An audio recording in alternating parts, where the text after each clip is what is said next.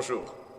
Jésus, le Fils de Dieu, dès sa première prédication à Nazareth et tout au long de son ministère, subit le rejet d'une partie de la population.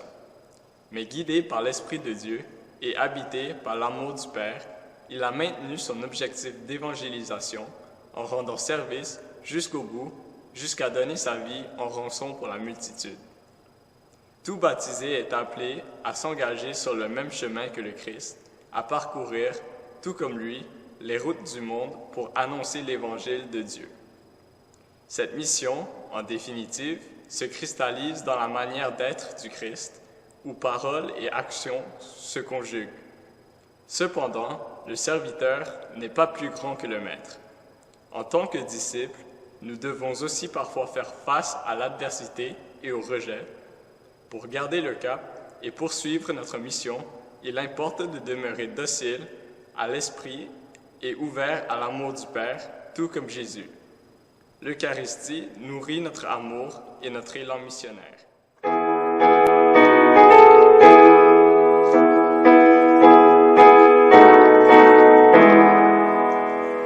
Venez, Dieu nous appelle, sa parole nous rassemble.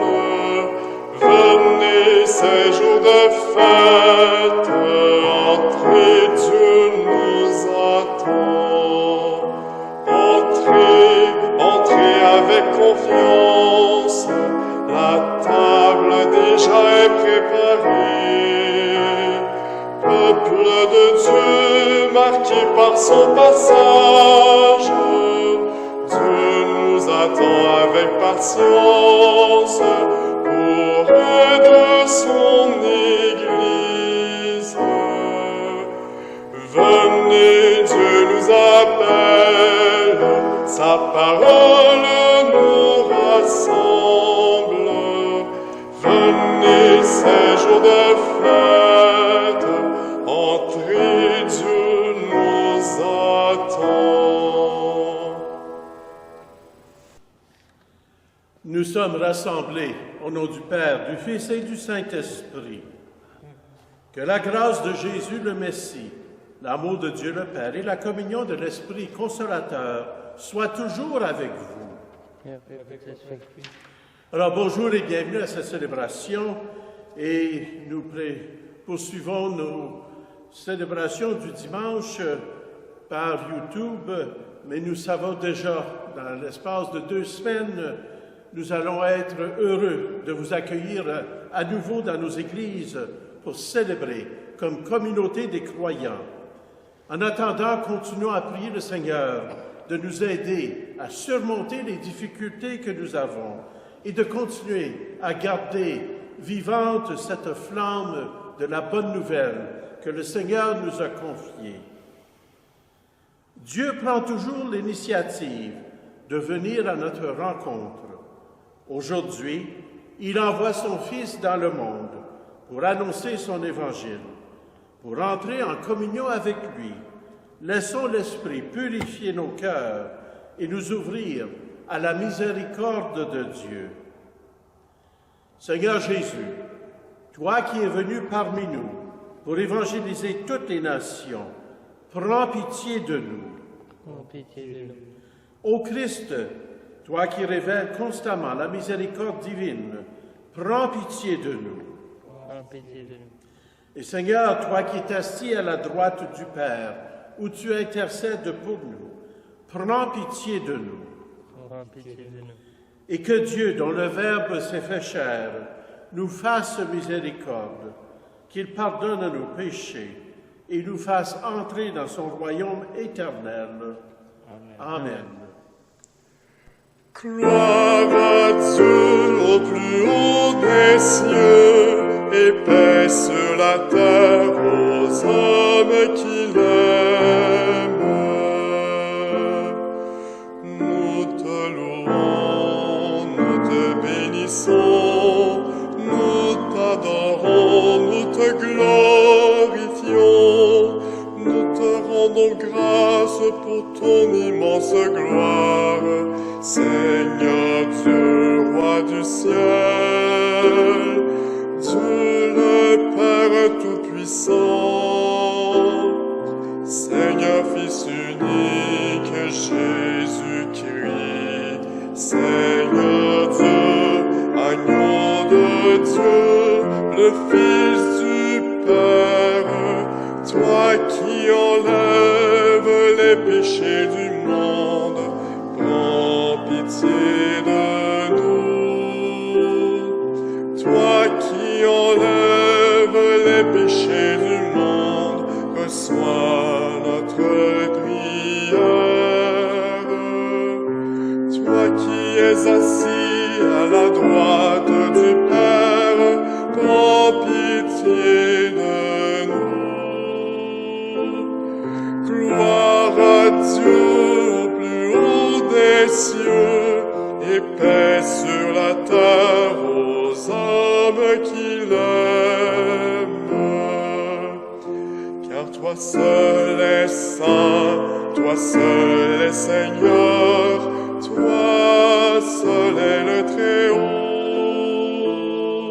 Jésus-Christ avec le Saint-Esprit, dans la gloire de Dieu le Père. Amen. Gloire à Dieu au plus haut des cieux, et paix sur la terre.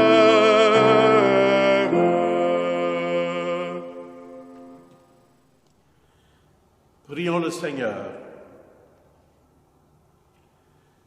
Accorde-nous, Seigneur notre Dieu, de pouvoir t'adorer de tout notre esprit et d'avoir envers tous une vraie charité. Par Jésus-Christ, ton Fils, notre Seigneur, qui vit et règne avec toi dans l'unité du Saint-Esprit, Dieu pour les siècles des siècles. Amen. Du livre du prophète Jérémie. Au temps de Josias, la parole du Seigneur me fut adressée. Avant même de te façonner dans le sein de ta mère, je te connaissais. Avant que tu viennes au jour, je t'ai consacré. Je fais de toi un prophète pour les nations. Toi, mets ta ceinture autour des reins et lève-toi. Tu diras contre eux tout ce que je t'ordonnerai. Ne tremble pas devant eux, sinon c'est moi qui te ferai trembler devant eux.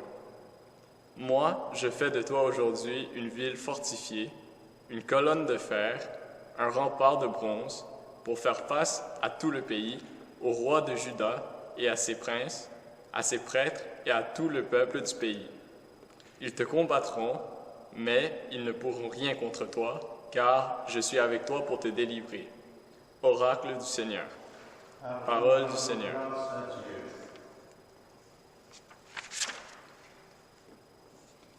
Sans fin, je proclamerai ta justice et ton salut. Sans fin, je proclamerai ta justice et ton salut. En toi, Seigneur, j'ai mon refuge. Garde-moi d'être humilié pour toujours. Dans ta justice, défends-moi, libère-moi. Tends l'oreille vers moi et sauve-moi. Sans fin, je proclamerai ta justice et ton salut. Sois le rocher qui m'accueille, toujours accessible. Tu as résolu de me sauver, ma forteresse et mon roc, c'est toi. Sans fin, je proclamerai ta justice et ton salut. Seigneur, mon Dieu, tu es mon espérance, mon appui dès ma jeunesse. Toi, mon soutien dès avant ma naissance. Tu m'as choisi d'être dès le ventre de ta mère. Sans fin, je proclamerai ta justice et ton salut. Ma bouche annonce tout le jour tes actes de justice et de salut. Mon Dieu, tu m'as instruit dès ma jeunesse. Jusqu'à présent, j'ai proclamé tes merveilles. Sans fin, je proclamerai ta justice et ton salut. De la première lettre de Saint Paul apôtre aux Corinthiens. Recherchez avec ardeur les dons les plus grands. Et maintenant, je vais vous indiquer le chemin par excellence. J'aurais beau parler toutes les langues des hommes et des anges, si je n'ai pas la charité, s'il me manque l'amour, je ne suis qu'un cuivre qui résonne, une cymbale retentissante. J'aurais beau être prophète, avoir toute la science des mystères et toute la connaissance de Dieu. J'aurais beau avoir toute la foi jusqu'à transporter les montagnes. S'il me manque l'amour, je ne suis rien. J'aurais beau distribuer toute ma fortune aux affamés. J'aurais beau me faire brûler vif. S'il me manque l'amour, cela ne me sert à rien. L'amour prend patience. L'amour rend service. L'amour ne jalouse pas, il ne se vante pas, ne se gonfle pas d'orgueil. Il ne fait rien d'inconvenant, il ne cherche pas son intérêt, il ne s'emporte pas, il n'entretient pas de rancune, il ne se réjouit pas de ce qui est injuste, mais il trouve sa joie dans ce qui est vrai. Il supporte tout, il fait confiance en tout, il espère tout, il endure tout. L'amour ne passera jamais. Les prophéties seront dépassées, le don des langues cessera, la connaissance actuelle sera dépassée. En effet, notre connaissance est partielle, nos prophéties sont partielles. Quand viendra l'achèvement, ce qui est partiel sera dépassé. Quand j'étais petit enfant, je parlais comme un enfant, je pensais comme un enfant, je raisonnais comme un enfant. Maintenant que je suis un homme, j'ai dépassé ce qui était propre à l'enfant. Nous voyons actuellement de manière confuse, comme dans un miroir. Ce jour-là, nous verrons face à face. Actuellement, ma connaissance est partielle. Ce jour-là, je connaîtrai parfaitement comme j'ai été connu. Ce qui demeure aujourd'hui, c'est la foi, l'espérance et la charité, mais la plus grande des trois, c'est la charité. Parole du Seigneur. Nous rendons grâce à Dieu.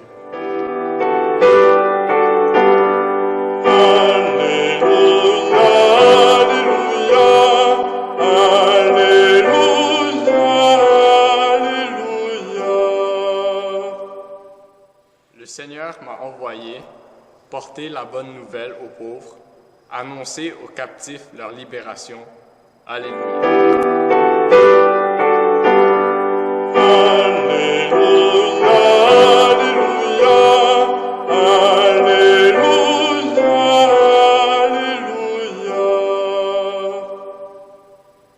Le Seigneur soit avec vous.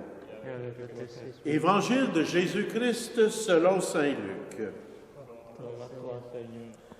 En ce temps-là, dans la synagogue de Nazareth, après la lecture du livre d'Isaïe, Jésus déclara: « Aujourd'hui s'accomplit ce passage de l'Écriture que vous venez d'entendre. » Tous lui rendaient témoignage et s'étonnaient des paroles de grâce qui sortaient de sa bouche. Il se disait: « N'est-ce pas là le fils de Joseph? » Mais il leur dit: « Sûrement, vous allez me citer le dicton: « Médecin, guéris-toi toi-même » et me dire: « Nous avons appris tout ce qui s'est passé à Capharnaüm. Fais donc de même ici, dans ton lieu d'origine. » Puis il ajouta: « Amen, je vous le dis, aucun prophète ne trouve un accueil favorable dans son pays. En vérité, je vous le dis, au temps du prophète Élie, lorsque pendant 3 ans et demi, le ciel retint la pluie, et d'une grande famine se produisit dans toute la terre, il y avait beaucoup de veuves en Israël. Et pourtant, Élie ne fut envoyé vers aucune d'entre elles, mais bien dans la ville de Sarepta, au pays de Sidon, chez une veuve étrangère. Au temps du prophète Élisée, il y avait beaucoup d'épreux en Israël, et aucun d'eux n'a été purifié, mais bien Naaman le Syrien. » À ces mots dans la synagogue, tous devinrent furieux. Ils se levèrent, poussèrent Jésus hors de la ville et le menèrent jusqu'à un escarpement de la colline où leur ville était construite, pour le précipiter en bas. Mais lui, passant au milieu d'eux, allait sur son chemin. Et acclamons la parole de Dieu. Nous rendons grâce à Dieu.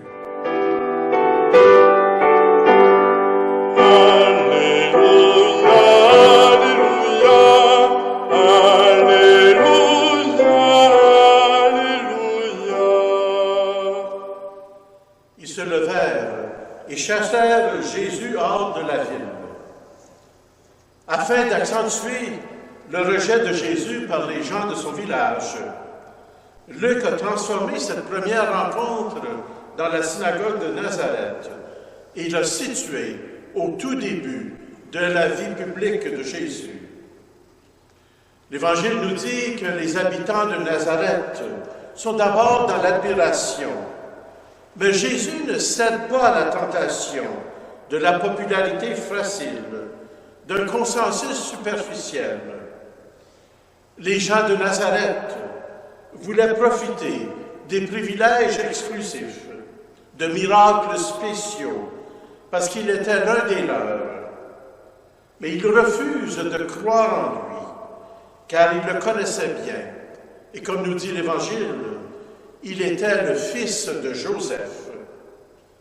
Les gens de Nazareth veulent s'approprier, mais tels qu'ils l'ont connu dans le passé, fils du charpentier. Et les gens commencent à se poser des questions à l'intérieur d'eux-mêmes. Pour qui se prend-il? Qui croit-il être? Et finalement, l'Évangile nous dit, il le chasse hors de la ville pour le précipiter en bas de l'escarpement. Dans le texte d'aujourd'hui, nous avons un résumé de la vie de Jésus, qui dans moins de 3 ans sera condamné et de nouveau chassé hors de la ville pour y être crucifié. Chassé hors de la ville, symbole cruel du rejet total.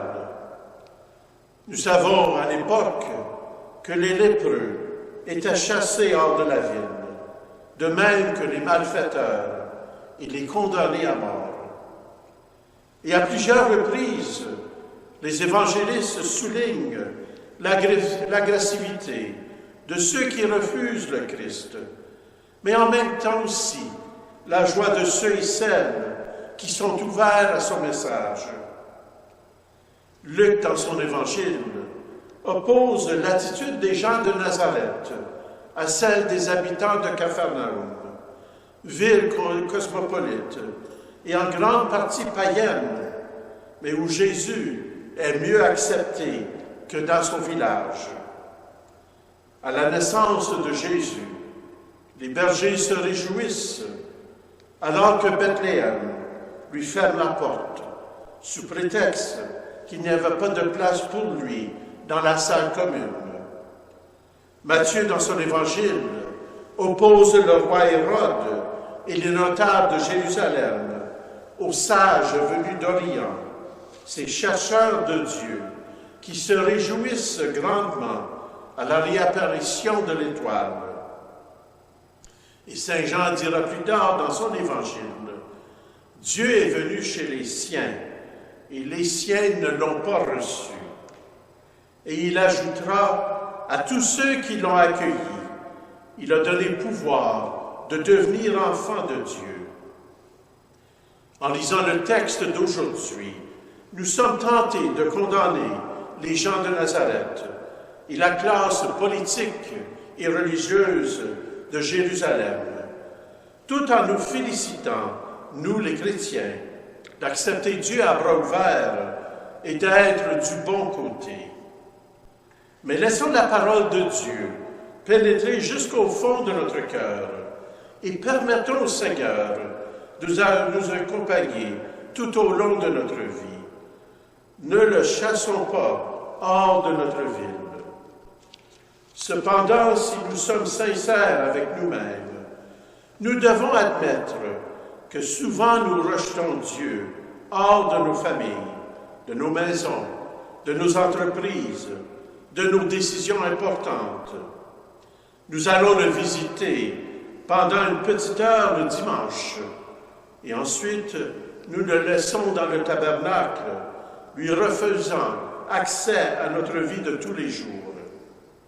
Et comme on nous l'appelle souvent aujourd'hui, séparation de l'Église et de l'État l'oblige.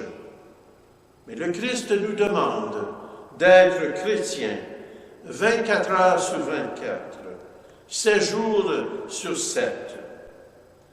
La maison familiale doit être pour nous une église domestique, un lieu où la foi et les valeurs chrétiennes se transmettent de génération en génération.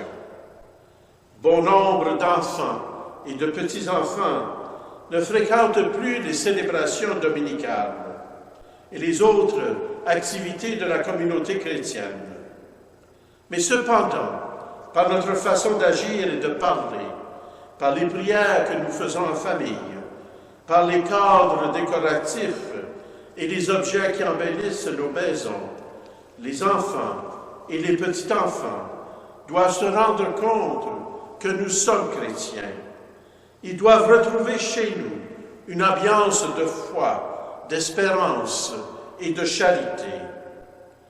Le monde d'aujourd'hui n'est plus, bien sûr, l'univers chrétien que nous avons connu dans le passé.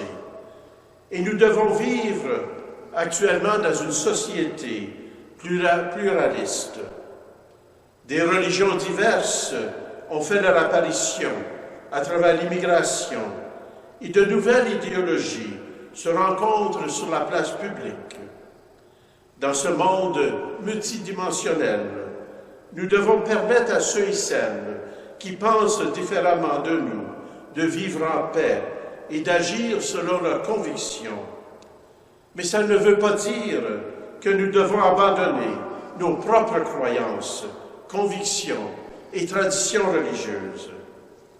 Si par exemple un non-chrétien désire ne pas utiliser le mot Noël sur ses cartes de souhait, c'est son droit, car la fête de la naissance de Jésus n'a pas de résonance chez lui.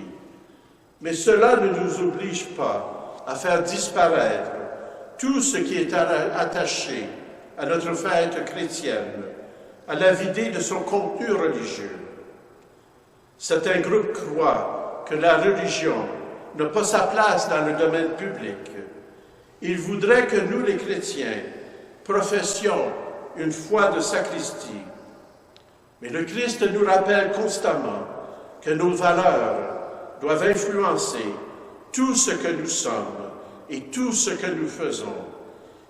Il nous faut éviter de chasser Dieu hors de nos activités, de nos entreprises et de nos villes.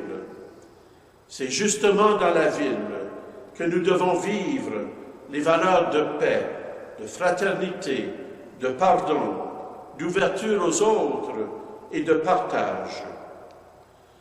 Combien de baptisés, par leur silence et leurs indifférences, poussent Jésus hors de la ville afin de s'accommoder au mode du temps. L'Évangile d'aujourd'hui nous provoque et nous invite à sortir de notre torpeur et de notre indifférence. Baptisés de longue date, nous sommes peut-être habitués à vivre d'une foi tranquille et peu compromettante. Avec les gens de Nazareth, le Christ nous rejoint aujourd'hui au cœur même de notre existence et il nous invite à le laisser agir dans notre quotidien afin que nous ayons la vie en abondance, comme nous rappelle Saint Jean dans son Évangile. En poursuivant notre célébration, nous sommes invités à laisser la parole de Dieu pénétrer jusqu'au fond de notre cœur et de permettre au Seigneur de nous accompagner tout au long de nos vies. Nous sommes invités à vivre nos valeurs chrétiennes au sein de notre société, là où nous vivons tous les jours, que ce soit dans nos familles, dans nos milieux de travail et dans nos activités de toutes sortes. Alors poursuivons notre célébration et confions au Seigneur toutes nos intentions personnelles. Amen. Et nous poursuivons notre célébration en redisant ensemble « Je crois en Dieu, le Père Tout-Puissant, Créateur du ciel et de la terre, et en Jésus-Christ, son Fils unique, notre Seigneur, qui a été conçu du Saint-Esprit, est né de la Vierge Marie, a souffert sous Ponce Pilate, a été crucifié, est mort et a été enseveli, est descendu aux enfers, et le troisième jour est ressuscité des morts, est monté aux cieux, est assis à la droite de Dieu le Père Tout-Puissant, d'où il viendra juger les vivants et les morts. Je crois en l'Esprit Saint, à la Sainte Église catholique, à la communion des saints, à la rémission des péchés, à la résurrection de la chair et à la vie éternelle. Amen. Le Fils de Dieu a rendu visite aux siens à Nazareth pour leur annoncer la bonne nouvelle. Aujourd'hui, il est envoyé dans nos propres communautés pour la même mission. Assurés de la sollicitude divine, tournons-nous vers le Père pour lui confier nos besoins et ceux de nos frères et sœurs. Ô Dieu qui sauve le monde, écoute-nous. Pour l'Église, afin que, dans sa mission d'annoncer la bonne nouvelle, elle continue toujours de s'appuyer sur Dieu, prions le Seigneur. Ô Dieu qui sauve le monde, écoute-nous. Pour les dirigeants politiques et sociaux, afin qu'ils veillent judicieusement au bien commun et viennent davantage en aide aux plus nécessiteux et vulnérables de la société, prions le Seigneur. Ô Dieu qui sauve le monde, écoute-nous. Pour les exclus, les toxicomanes et les sans-abri, afin qu'ils rencontrent des gens qui les accueillent et leur témoignent l'amour miséricordieux de Dieu, prions le Seigneur. Ô Dieu qui sauve le monde, écoute-nous. Pour les personnes aux études, afin qu'elles demeurent éveillées aux besoins de la santé publique et de l'écologie, prions le Seigneur. Ô Dieu qui sauve le monde, écoute-nous. Pour les membres de nos communautés, afin qu'ils se mettent sur les routes du monde pour annoncer et faire aimer Jésus-Christ, prions le Seigneur. Ô Dieu qui sauve le monde, écoute-nous. Et nous portons dans nos prières toutes nos intentions personnelles. Seigneur, tu veux le salut de toute l'humanité. Écoute les prières de ton Église qui se rassemblent pour te présenter le besoin de tes enfants. Nous te le demandons par Jésus le Christ, notre Seigneur. Amen.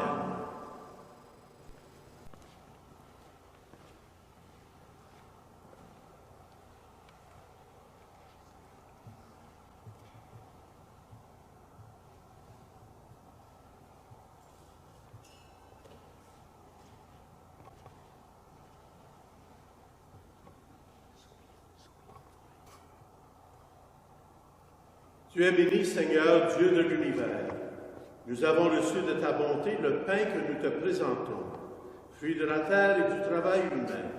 Il deviendra pour nous le pain de la vie. Béni soit Dieu, maintenant et toujours.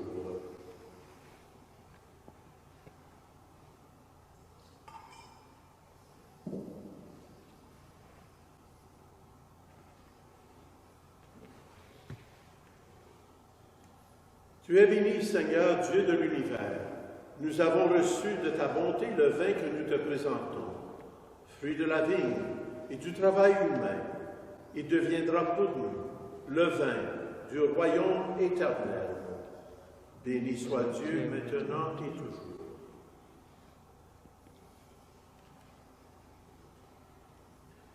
Il a voulu avec vous, Seigneur, purifie-moi de tous mes offenses.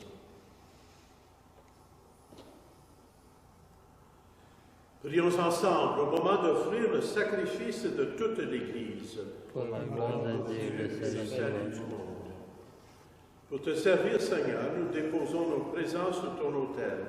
Accueille-les favorablement, pour qu'ils deviennent le sacrement de notre rédemption. Par le Christ notre Seigneur. Amen. Le Seigneur soit avec vous. Avec votre esprit. Élevons notre cœur. Nous tournons vers le Seigneur. Et rendons grâce au Seigneur notre Dieu. Cela est juste et bon. Vraiment, il est juste et bon, pour ta gloire et notre salut, de t'offrir notre action de grâce toujours et en tout lieu. Seigneur, Père très saint, Dieu éternel et tout-puissant, toi le Créateur de tous les éléments du monde, Maître des temps et de l'histoire, tu nous as formés à ton image et nous as soumis l'univers et ses merveilles. Tu nous as confié ta création, afin que nous en soyons le gardien, et qu'en admirant ton œuvre, nous ne cessons de te rendre grâce, par le Christ notre Seigneur. C'est pourquoi nous te louons avec tous les anges, et dans la joie nous célébrons en proclamant.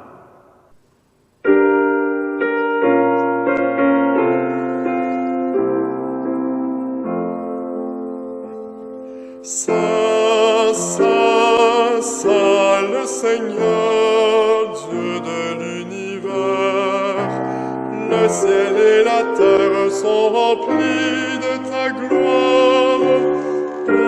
Hosanna au plus haut des cieux. Béni soit celui qui vient au nom du Seigneur. Hosanna au plus haut des cieux. Toi qui es vraiment saint, toi qui es la source de toute sainteté, Dieu notre Père, nous voici rassemblés devant toi. Et dans la communion de toute l'Église, nous célébrons le jour où le Christ est ressuscité d'entre les morts. Par lui que tu as élevé à ta droite, nous te prions. Sanctifie ces offrandes en répandant sur elles ton esprit, et qu'elles deviennent pour nous le corps et le sang de Jésus, le Christ notre Seigneur. Au moment d'être livré, d'entrer librement dans sa passion, il prit le pain, il rendit grâce, il le rompit, et le donna à ses disciples en disant, « Prenez et mangez-en tous, ceci est mon corps livré pour vous. »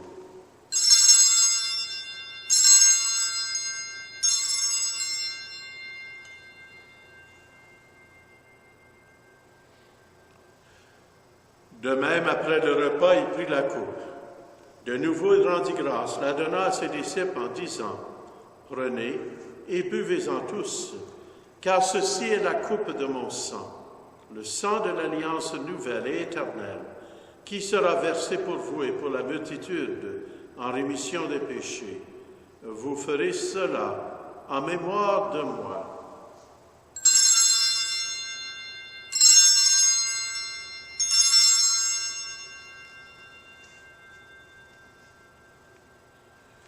Il est grand le mystère de la foi. Nous annonçons ta mort, Seigneur Jésus. Nous proclamons ta résurrection. Nous attendons ta venue dans la gloire. En faisant ici mémoire de la mort, de la résurrection de ton Fils, nous t'offrons, Seigneur, le pain de la vie, la coupe du salut, et nous te rendons grâce, car tu nous as estimés dignes de nous tenir devant toi pour te servir. Humblement, nous te demandons qu'en ayant part au corps et au sang du Christ, nous soyons rassemblés par l'Esprit Saint en un seul corps. Souviens-toi, Seigneur, de ton Église répandue à travers le monde. Fais-la grandir dans ta charité, en union avec notre pape François, notre archevêque Christian et tous les évêques et les prêtres. Souviens-toi aussi de nos frères et sœurs qui se sont endormis dans l'espérance de la résurrection. Et souviens-toi dans ta miséricorde de tous nos défunts. Accueille-les dans la lumière de ton visage. Et la messe est célébrée aux intentions des paroissiens de toute l'unité pastorale de Saint-Laurent. Et sur nous tous enfin, nous implorons ta bonté. Permets qu'avec la Vierge Marie, la bienheureuse Mère de Dieu, avec Saint Joseph son époux, avec les apôtres, Saint Frère André et tous les saints qui ont fait la joie au long des âges, que nous ayons part à la vie éternelle et que nous chantions ta louange et ta gloire par ton Fils Jésus le Christ. Car c'est par lui, avec lui et en lui, à toi, Dieu le Père Tout-Puissant, dans l'unité du Saint-Esprit, tout honneur et toute gloire pour les siècles des siècles. Amen. Et ensemble, nous reprenons ces paroles que Jésus nous a laissées. Et ensemble, nous disons, Notre Père, qui es aux cieux, que ton nom soit sanctifié, que ton règne vienne, que ta volonté soit faite, sur la terre comme au ciel. Donne-nous aujourd'hui notre pain de ce jour. Pardonne-nous nos offenses, comme nous pardonnons aussi à ceux qui nous ont offensés. Et ne nous laisse pas entrer en tentation, mais délivre-nous du mal. Délivre-nous de tout mal, Seigneur, donne la paix à notre temps. Et soutenus par ta miséricorde, nous serons libérés de tout péché, à l'abri de toute épreuve. Nous attendons que se réalise cette bienheureuse espérance, l'avènement de Jésus-Christ, notre Sauveur. Car c'est à toi qu'appartiennent le règne, la puissance et la gloire pour les siècles des siècles. Et Seigneur Jésus-Christ, tu as dit à tes apôtres, je vous laisse la paix, je vous donne ma paix. Ne regarde pas nos péchés, mais la foi de ton Église, pour que ta volonté s'accomplisse. Donne-lui toujours cette paix et conduis-la vers l'unité parfaite, toi qui règnes pour les siècles des siècles. Amen. Et que la paix du Seigneur soit toujours avec vous. Et avec votre esprit.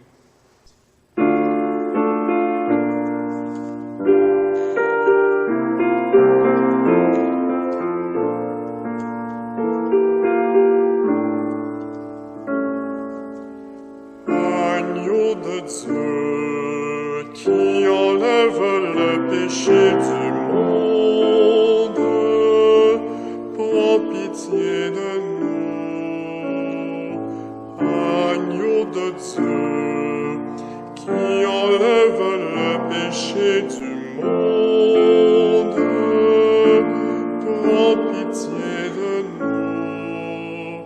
Agneau de Dieu qui enlève le péché du monde, donne-nous la paix.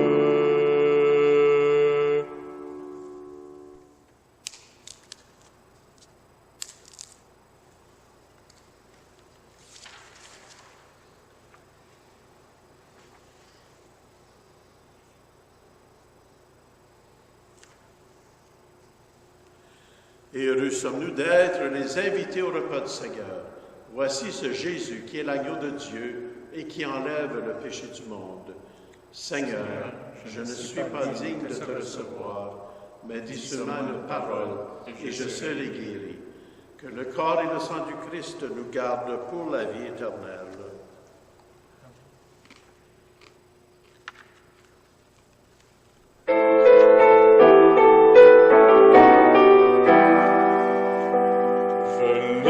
Approchons-nous de la table du Christ, il nous livre son corps et son sang. Il se fait nourriture, pain de vie éternelle, nous fait boire à la coupe des noces de l'agneau. La sagesse de Dieu a préparé son vin, elle a dressé la table, elle invite les saints.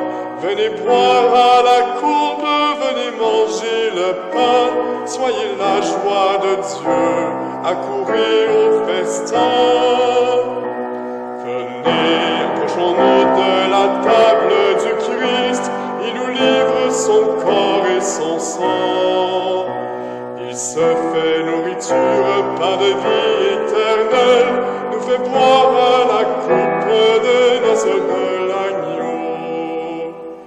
Par le pain et le vin reçus en communion, voici le sacrifice qui nous rend à la vie. Le sang de l'alliance jaillit du cœur de Dieu, quand le Verbe fait chair, s'offre à nous sur la croix. Venez, approchons-nous de la table du Christ, il nous livre son corps et son sang. Il se fait nourriture, pain de vie éternelle, nous fait boire à la coupe des noces de l'agneau. Alors nous vous rappelons rappelons que pendant la semaine, nous poursuivons la célébration d'Eucharistie à tous les jours, soit le lundi et le vendredi à 17h ici à Saint-Laurent. Et vous pouvez, en stationnant devant l'église, en syntonisant vos radios au 107.9 FM, vous pouvez écouter la messe. Et après la messe, nous sortons dehors pour donner la communion. Et aussi, il y a la messe à 11h le matin, le mardi, mercredi et jeudi sur YouTube. Alors prochainement aussi, pour toutes les personnes dont nous avons les courriels et autres, ça va nous faire plaisir de vous annoncer la reprise des activités présentielles dans l'Église. Alors, ce sera à partir du 7 février que nous allons reprendre les messes dans les 4 paroisses de l'unité pastorale, et la fin de semaine du 13 février, nous allons reprendre les messes dans toutes nos églises. Alors rendons grâce au Seigneur qu'au moins cette année, ça a été un petit peu moins long que l'an passé. Alors nous terminons avec une dernière prière. Nous avons été fortifiés par le sacrement de notre rédemption, et nous t'en prions, Seigneur, que cette nourriture pour le salut éternel nous fasse progresser dans la foi véritable par Jésus le Christ notre Seigneur. Le Seigneur soit avec vous. Que la bénédiction de Dieu Tout-Puissant, le Père, le Fils et le Saint-Esprit descendent sur vous, y demeurent toujours. Amen. Et allez dans la paix du Christ. Alors, bonne semaine à tous.